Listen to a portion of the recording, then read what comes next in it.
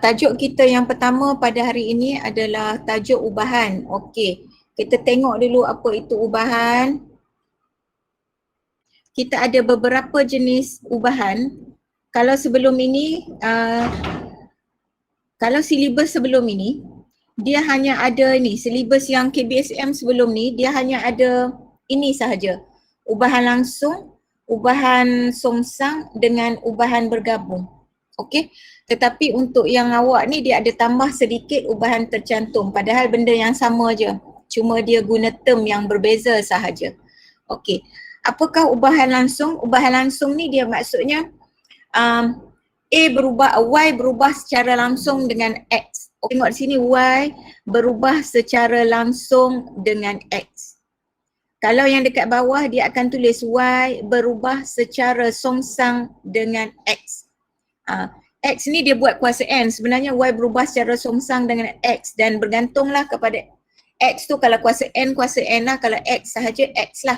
Okey, kita kena tengok ayat tersebut. Dan cara tulis untuk ubahan ini adalah menggunakan simbol ini.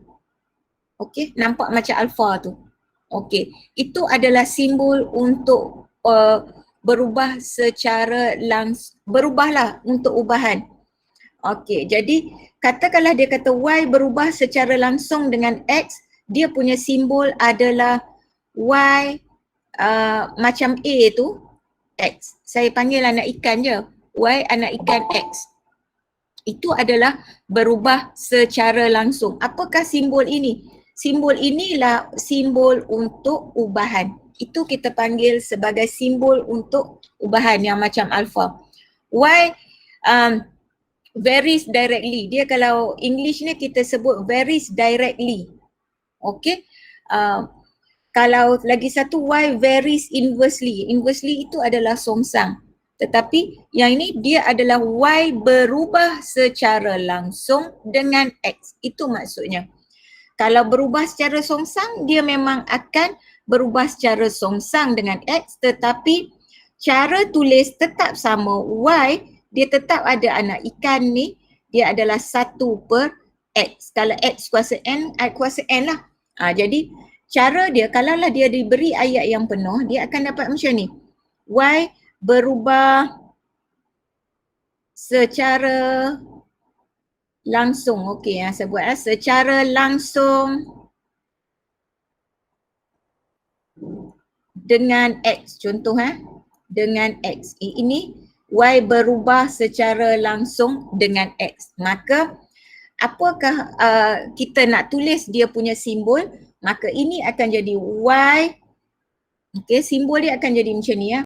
Y kena buat anak ikan X. Y berubah secara langsung dengan X.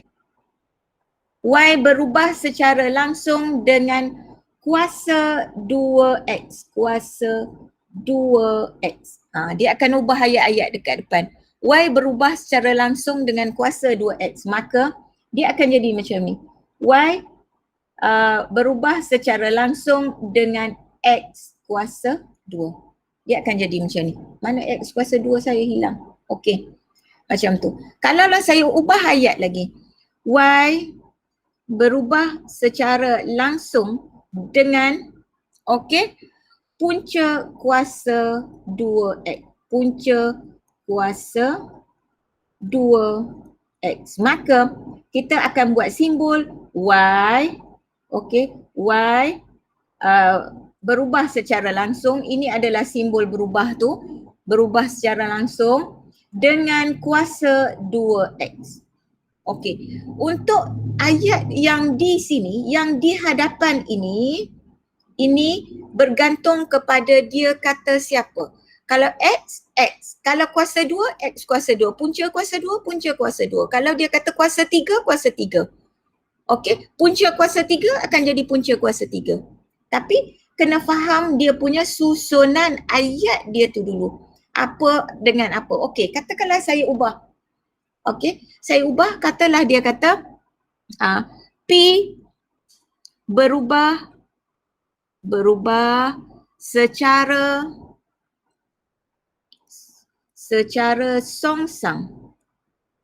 Okey, secara songsang dengan kuasa 2Q. Okey.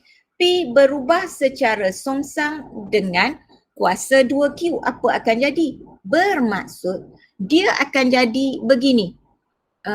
Dia akan jadi macam ni ya. P anak ikan itu adalah berubah, walaupun dia kata berubah secara songsang, dia tetap menggunakan simbol yang sama. Apa yang beza songsang tu tadi? Okey, songsang tu tadi dia akan jadi macam ni. 1 per, bila dia kata kuasa 2Q, dia akan dapat Q kuasa 2. Itu cara tulis dia. Faham? Bila dia kata berubah secara songsang, simbol dia adalah sama. Simbol dia adalah sama, iaitu simbol ini adalah sama, simbol ini adalah sama, yang berbeza adalah di depan. Kalau secara langsung, dia adalah sebaris. Kalau secara songsang, dia akan dapat 1 per apa benda yang di depan dia tu. Dia akan jadi macam tu. Berubah secara songsang. Kalau kuasa 2Q, kalau dia kata punca kuasa 3, dia akan jadi punca kuasa 3. Okey.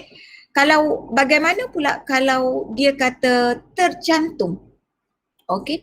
Bagaimana pula ayat kalau dia kata secara tercantum? Dia kata ada tercantum, ada gabungan. Okey, tercantum dia ada bergabung. Okey. Macam ni ya. Saya contoh, saya buat ayat. Saya tunjuk cara tulis dulu. Tak boleh cara tulis maksudnya awak susah nak jawab soalan.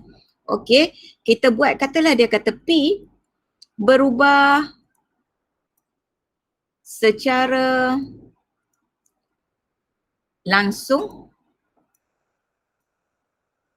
dengan kuasa 2 X dan punca kuasa 3Q. Okey, ini yang kita kena faham. Berubah secara langsung dengan kuasa 2X dan punca kuasa 3Q. Okey, saya nak buat ayat lagi satu dekat bawah. P berubah secara langsung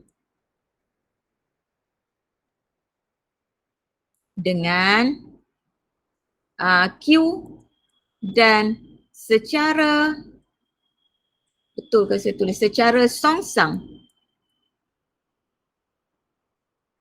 dengan kuasa 2R. Okey, perhatikan kedua-dua ayat tersebut. Okey, kita perhatikan kedua-dua ayat yang saya buat dekat atas. Yang ini dia kata berubah secara langsung dengan kuasa 2X dan punca kuasa 3Q. Tetap tulis yang sama. P berubah, itu berubah berubah, kemudian dia kata secara langsung dengan kuasa 2X. Bila secara langsung dengan kuasa 2X bermaksud X kuasa 2. Kemudian dan punca kuasa 3Q. Punca kuasa 3Q dia akan jadi macam ni. Q punca kuasa 3. Dia akan jadi macam tu.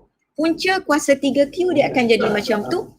Dan dia tetap berubah secara langsung dengan dua-dua. Boleh faham? Sebab ayat dia sebut macam tu. Okey. Ayat dia memang sebut macam tu. Dia berubah secara langsung. Dia kata berubah secara langsung dengan kuasa 2X dan punca kuasa 3Q. Secara langsung dengan kuasa 2X dan punca kuasa 3Q. Jadi secara langsung dengan X dan punca kuasa 3Q. Dia jadi macam tu. Dua-dua dia berubah secara langsung. Okey, kita perhatikan ayat dekat bawah. P berubah secara langsung tetapi dengan Q sahaja. Tetapi kita tengok ayat next, dia kata secara songsang dengan kuasa 2R. Dia ada dua. Satu berubah secara langsung dan satu lagi dia berubah secara songsang. Jadi bagaimana kita nak buat ayat dia? Nak tulis, cara nak tulis. Dia tetap P. kita buat berubah. Okey, secara langsung dengan Q, maka secara langsung dengan Q. Tapi dia kata secara songsang dengan kuasa 2R. Maka yang songsang itu 1/R kuasa 2. Sebab dia kata songsang dengan kuasa 2R bermaksud R kuasa 2. Itu maksud dia. Iaitu bagaimana cara kita nak menulis. Ini kaedah dia untuk kita menulis. Boleh faham tak? Berubah secara songsang, berubah secara langsung. Okey, seterusnya saya nak terangkan apa perbezaan ayat ni. Yang ini, nampak yang ini?